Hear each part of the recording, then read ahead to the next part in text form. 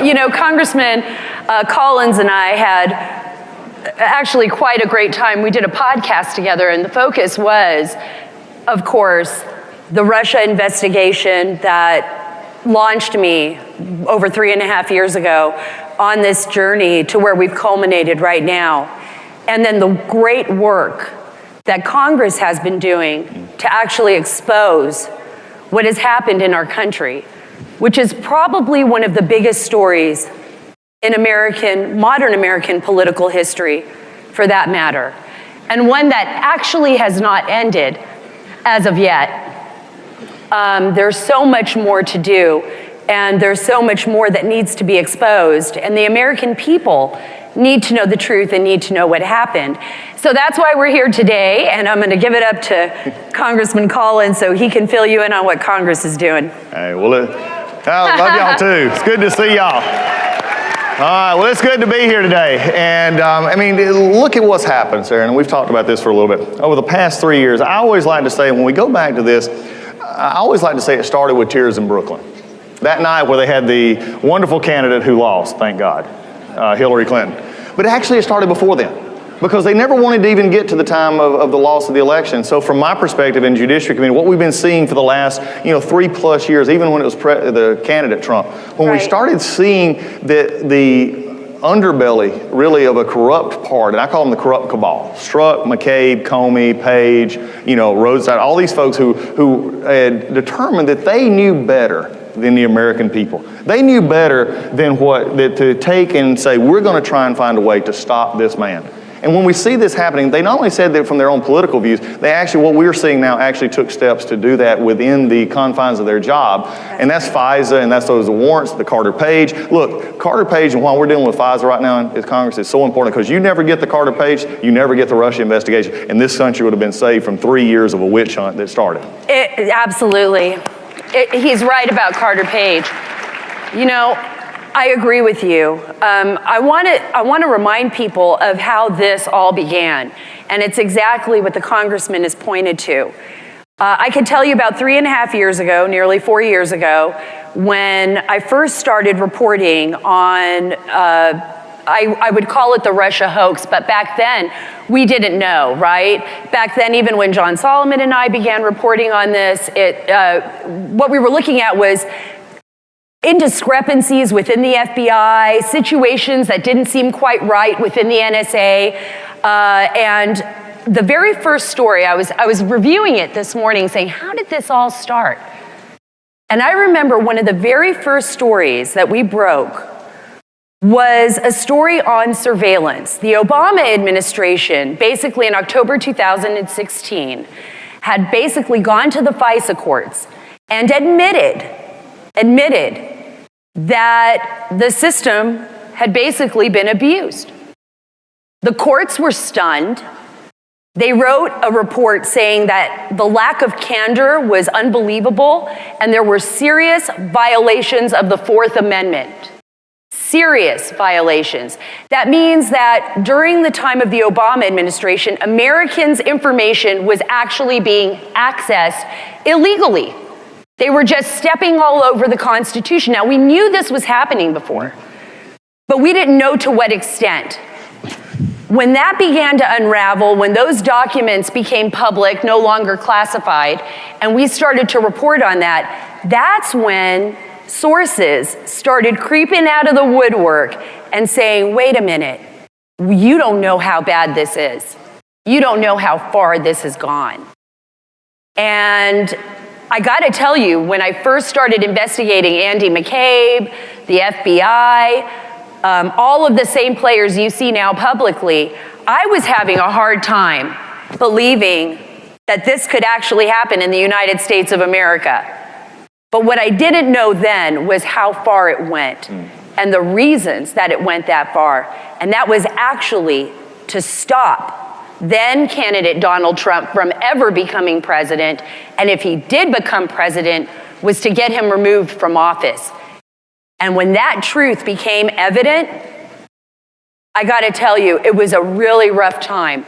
We really had to have the facts before us. And I think, Congressman, it was also tough on Congress trying to access those documents, trying to get the truth out. I don't know if you felt that way. Yeah. I know that was, for me, that was really difficult. Well, it was, and I want everybody in here to understand this. This was something that was done. It was calculated. It was something that they had begun this process and these investigations. I mean, to even what you referenced in October that year, where they admitted that there were some problems before the FISA court, was basically a cover their rear end situation. Right. They didn't admit it. But let me just tell you, for everybody here, they went after candidate Trump, but really and truly, you know what they were trying to stop is you, and you would not let them. And I think that's what we got to remember. They wanted to stop you. The swamp wanted to stop you. They wanted to stop you from electing this president, and they couldn't do it. So what we've got to do now, though, and let's take a step back. You know, they struck back. They did everything they could, and it's amazing to me. I'm very content to have Comey, you know, take pictures of trees. That's about all the sense that he makes most of the time.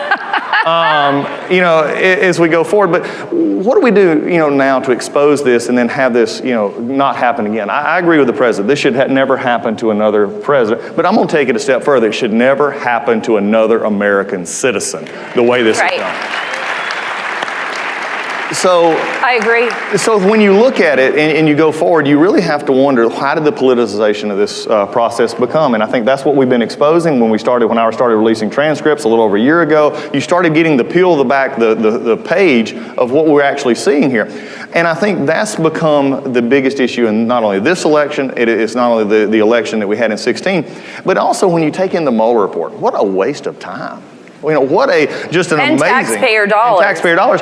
To come to something we knew already, based on faulty information from a faulty dossier, was brought before a court and should have never been there. That's why when I said earlier, when we first started this, and some of you go back and, you know, check your notes, when we go back to the Carter Page issue, when we really started getting in the FISA court, that should have never happened, and it just continued this process that we see that ended up in this basically 2-year nightmare of the Mueller report, all the things that we saw. And then when they couldn't do that, when Mueller went before the committee and basically, well, you know what he did.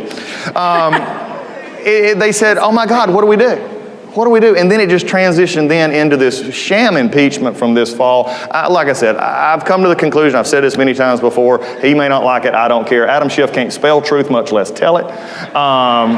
You know, and Jerry Nadler, unfortunately, is being led around most of the time by Adam Schiff, and that's become a problem. But as I've jokingly said, truth will always prevail. A reporter once asked me, and I think we talked about this at the time, they said, Doug, how do you get up and fight? And how does Devin and Jim and all these others, how do we fight this? It's easy. We have the truth. That's it. And when you have the truth, that's all that matters as we go forward. I want to touch on a point that you just made, Congressman, which I think is so important. We talk about Carter Page and how that FISA document, those documents that we've seen that expose the truth, that we know now there was basically warrantless surveillance on him. They'd altered documents in an effort to spy, not on Carter Page, but on the Trump campaign. Because I want you to remember, they're not just listening to Carter Page's phone calls or his emails.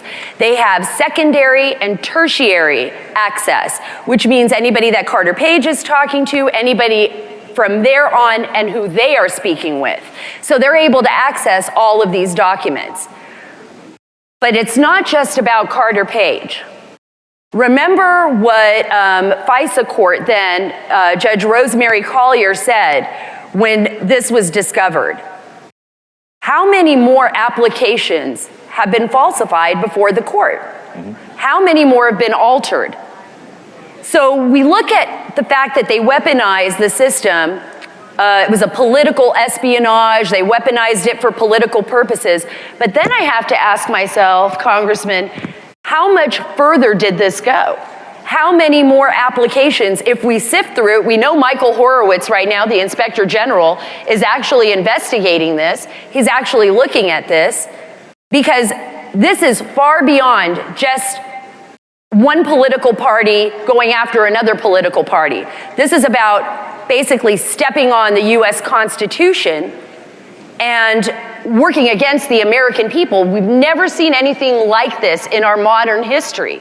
So what is Congress going to do? I know that FISA reform and reauthorization is coming up, I think, on March 15th, correct? Well, it's part of the sunset clause. Yeah, the sunset clauses are. The sunset clause. So what is Congress going to do about this now? Are we just going to let this just slide by and continue as is? Or is Congress actually going to do something and say, wait a minute, this is not acceptable. We are not going to allow the American people or our Constitution to be torn up like this? Well, what we saw yesterday was interesting that the Judiciary Committee, Chairman Nadler, pulled the bill. We were supposed to actually develop it. Now, I have been furious with this because last year, when all he was focused on was the impeachment and the sham impeachment and getting witnesses, having law professors come tell us about what their version of the law was, and having staff testify, it was just a joke. I mean, when you really get into it.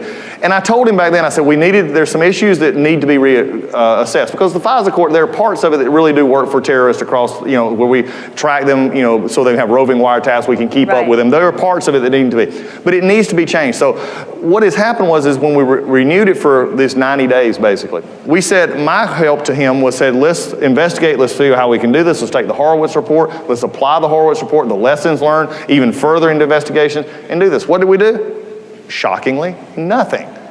Here's what happened. Jerry Nadler and the rest of the Democrats do not want to have to admit that these investigations occurred. They don't want to have to admit that FISA was abused. So what do? They do like everybody I've seen in the Democratic Party lately. They stick their head in the sand and only blame Trump when they ought to have a meeting to say, let's fix this, because it doesn't matter. And I'm going to say this. It doesn't matter Republican or Democrat in the White House. They should never have to worry about their FBI or their intelligence communities going after them. Right. That should never have to happen. So here's what I'm doing. I have said that there's got to be reform. We have got to look at ways to make this a process that can't be politicized, and we also got to make it where it can still be used. But I will do not this. I'm promising you here, I've told our conference this, and I said this out yesterday when I was furious that they stopped this markup. I am not going to trade off the easy extensions for not doing anything with FISA. We have to do something with FISA, and the House needs to do it, and the Senate needs to take it up, and we need to send it to the President so we know that this will not happen again. I think there's nothing more that we can expect than Congress actually do its job, and make sure that this does not happen again. And the reason I say this, and it sounds so crazy, because everybody asks me, every time I run into someone, Sarah, is anyone going to be indicted? Is anything going to happen? Yeah.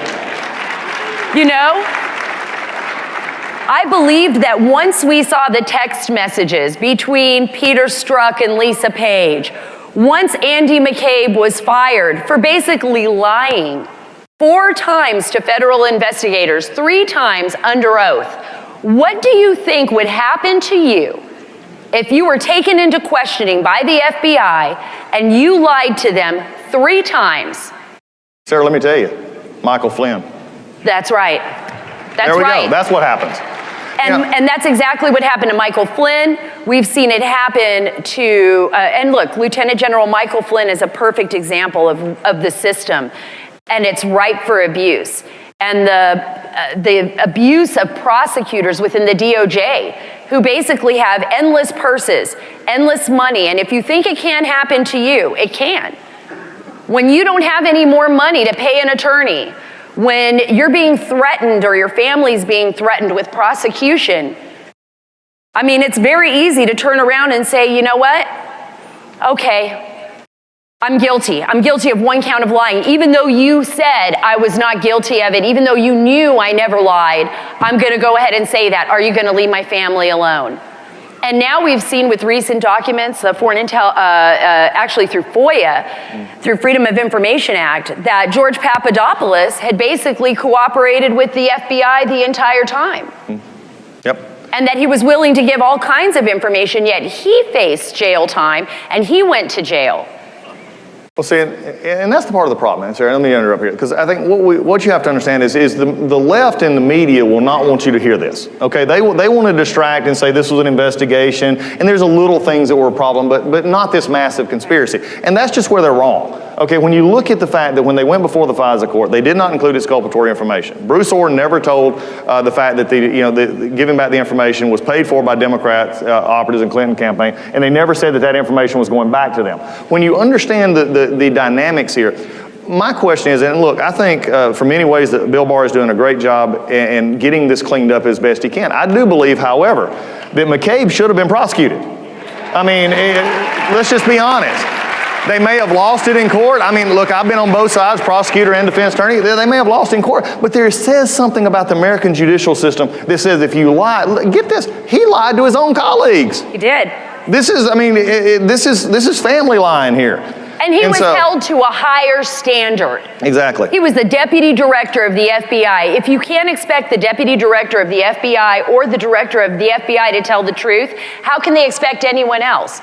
Yeah, they can't. When they ran a culture of corruption at the FBI. So Durham is now, I think the next phase is look, I'm disappointed in that. We move forward, but we're not going to, and you're not going to allow that to be left out. I think this is what we need to say. Durham is investigating. We're seeing a lot going on there. He's been, Bill Barr has expanded his reach, which I think is great in the intel community with the grand juries and everything else. But let me just say something. When we talk about this, and you're here because you're passionate about this, but when you go out and talk to people who may not want to hear this, you've got to start, and conservatives, we've got to be less boring, okay? I am tired of conservatives saying, well, here's a great economy, here's this, but the left is bad. I mean, how many times have you seen conservatives do this? No, conservatives, time to get on your feet and passionately explain why this matters. It matters for our country. That's for sure. You definitely got them on their feet. All right. And we do have to hold people accountable. Look, I have a lot of faith in it, and I know I get asked this all the time on Sean's show. What do you think? Do you think he's going to do the job, Sarah? Is John Durham? What are you hearing from your sources? Look, I believe that Attorney General William Barr and that prosecutor John Durham are going to do the right thing. Why do I say that? Yep. Because I have to have faith in the American system. I have to believe that we are not like those countries that I have covered in the past when I've covered, Afghanistan or Pakistan, or have traveled to Iraq and have gone into war zones where their intelligence agencies and their justice system, as well as their law enforcement, was filled with corruption, where the government would fight itself. And when I saw that starting to happen here, and I said, why? How could this be happening in the United States? I had to take a step back and say, I believe the system is going to work. The fact that Attorney General William Barr is in place, the fact that he appointed very reputable, very credible prosecutor, John Durham from Connecticut, and the fact that I know he's been at the Pentagon, he's been overseas in Italy and England, everywhere that all of the major players were, like our famous Stefan Halper, the spy, Joseph Mifsud, the other spy in Italy. The fact that he's gathering intelligence and gathering information from those parts of the world and has spent time here actually questioning the CIA tells me that he's on the right track and that he's doing his job. So yes, I do have faith that William Barr and John Durham are going to do their job. I have to. But if they don't, we have to hold them accountable, and we can't be afraid to speak out. Exactly. What Sarah just said is so important because, look, my background, we talked about it. I'm a trooper's kid from North Georgia. I mean, I fought the law every day when I was growing up, and the law won every time. I mean, 6'2", 235 pounds with a 357 on his hip. I mean, I didn't have a chance. I was a scrawny kid. I mean, that's the same dad who taught me, that how to operate a firearm and gun control is actually, hitting what you aim at. Those kind of things. I think there's some folks in the house that understand that. But what we have happening here, and what I think is very interesting that you just brought out, is we are the ones who believe in this system. We're the ones who believe the founders when they said, we the people. We're the ones who actually believe in the government that has been set up. And if we don't hold them accountable, if we don't have that faith, and then when mistakes are made, then we correct those things. When we don't do that, you can't give up because this is the best country in the world. We cannot give up on it. Liberals give up on us. Conservatives don't give up. I always say that. A lot of people think, and I think you brought it up when we were first discussing this, that about Donald Trump, President Donald Trump, but it was always the American people. Everybody had said President Trump, the disruptor. I said, no, the disruptors were the American people that stood up, made their vote count, say, we're not going to take this anymore. We don't like the way Washington is being run. We think it's a swamp, and maybe this guy can do the job. Maybe he can clean it up and clean house. And guess what? He was the right man at the right place at the right time in history. That's and right. He's done that. That's exactly right. I really believe that. I mean, when you're looking at it, when you're standing there and and look, what happened and this is why this election, matters as they all do. In 2018, the Democrats went out and convinced enough seats to flip the House. At that moment, impeachment became their reality. They had nothing else. Don't give me this, Speaker Pelosi, that, we didn't come here to impeach the president. Yes, you did. Okay? And if you don't believe it, just listen to your own members. But it's been easy as hard as the last year and a few months have been, and believe me, this swamp has fought back. They don't like it. But the thing about it is the president has stood strong. It's been easy to defend a president. It's been easy to go out and fight these battles every day when you actually believe in what happened. And when you go to see people across the country, when they hear the president talk about them, when he puts their issues first, when he, in the midst of it, now think about this. We're talking about the empire striking back. We're talking about them going after him, but yet he has endured that, and at the same time, he is taking care of people through tax reform. He's taking care of those that have been incarcerated and says, we're going to give you a second chance when they come back. That was the stuff that I worked on, that he took on. That's why people love this president. They love this president because he looks out and he sees in America with all its, panoramic of color and all its panoramic of diversity, and he says, this is my country, and I'm the president of America, and I'm going to represent them. That's right.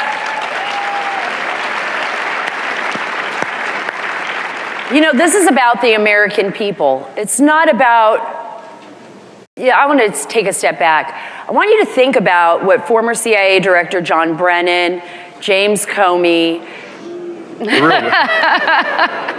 Speaking of Darth Vader. Eric Holder. Oh, I know. Susan Rice. There are just so many of them. How they... And I thought the clown Hillary Clinton... What, you don't want her to come back into the race? Yeah. I thought the clown car this year on Democratic nominees was bad. Now we just brought up the rest of the clown car. No. But the reason I bring up this clown car is because these were senior level officials in the United States government that have tried to tarnish the American people and our own system of government. They don't care when they go out there and they disparage the administration or the White House. They don't care when they go out there and call you deplorables and call put the American people down. They believe that they know what's best for you. They believe that you cannot make up your mind for yourself, that you're not smart enough to elect the appropriate president that they deem is necessary to run this country. This is how they think. And what makes it so amazing, it's not about President Trump, and I've spoken to him a few times and done a few interviews with him. He wants to do what you want. That's the difference. He wants to hear the American people speak up. What do you want for your country? What is it you would like us to do? You want us to clean up the swamp? We're going to clean up the swamp. Yep. Right? Yeah. You want us to expose fraud? We're going to expose fraud. You want us to deregulate? We're going to deregulate. You need more monies? You need more jobs back in America? Let's do it. Let's bring the jobs back to America. Yep. And that's what's important here. And that's what makes our nation so great, is that we swung back. And if he would not have won this election, everything that has been exposed over the last 3.5 years would have actually been hidden from you. We would have never known the extent of abuse that occurred during the Obama administration. And for that, I'm eternally grateful. Yep. I agree with it. Sarah's perfect. But I want to show you, not only have the Democrats and liberals, have attacked our institution to fit what their vision is. What was really, and we talk about the empire strike, but we're talking about the whole mess here. Did y'all catch what actually was frankly was just disgusting to me during the impeachment? Is when they talked about the issue of President Zelensky. And when they started attacking a foreign leader, calling out, in my committee, one of them actually compared him to a battered spouse.